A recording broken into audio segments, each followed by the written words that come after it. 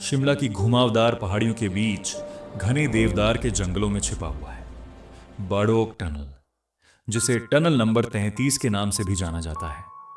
दिन में यह बेहद खूबसूरत लगता है, लेकिन रात होते ही यह टनल किसी और ही दुनिया का दरवाजा बन जाती है। कहानी शुरू होती है आज से कुछ साल पहले।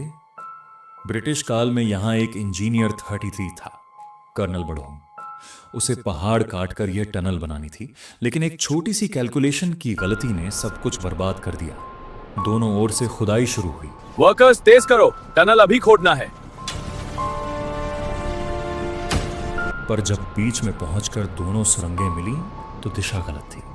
बार बार खोदने के बाद भी दूसरी तरफ की दिशा टकरा नहीं रही। टनल की लंबाई गलत जा रही है। कोई भारी गलती हो चुकी है। टनल बिल्कुल असमान, गलत एंगल पर जुड़ी।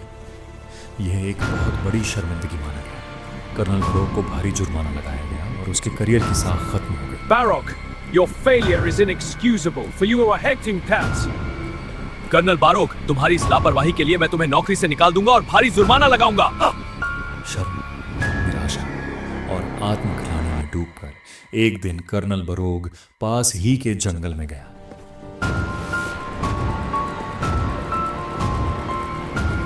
और अपनी रिवॉल्वर से खुद को गोली मारी।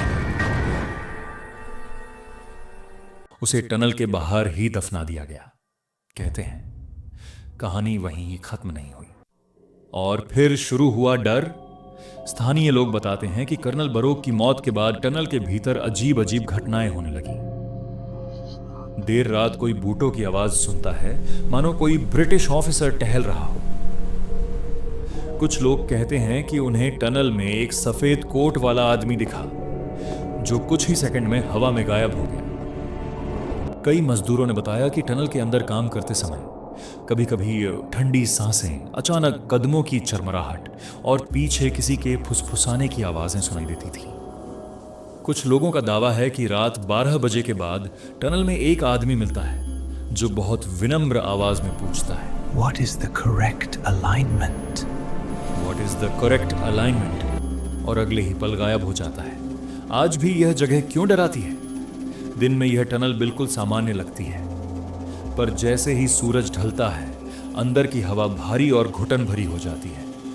टूरिस्ट बताते हैं कि देर शाम टनल के बीच एक ऐसा बिंदु है जहां मोबाइल सिग्नल अचानक गायब हो जाते हैं और अजीब ठंडी लहरें शरीर से गुजरती हैं।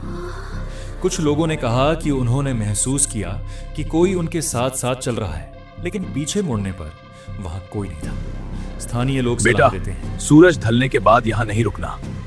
सूरज डूबने के बाद टनल में ज्यादा देर मत रुकना। आखिर कर्नल बड़ोक की आत्मा क्या चाहती है?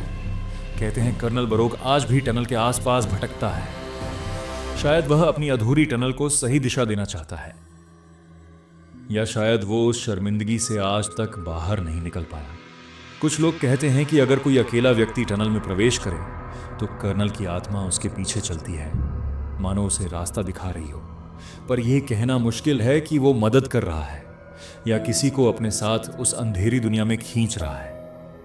आज भी बड़ोक टनल में रात के समय चलने की हिम्मत कम ही लोग करते हैं, क्योंकि वहां सिर्फ अंधेरा ही नहीं बल्कि एक आत्मा भी भटक रही है, जो अब भी एक गलत गणना का बदला भुगत रही है।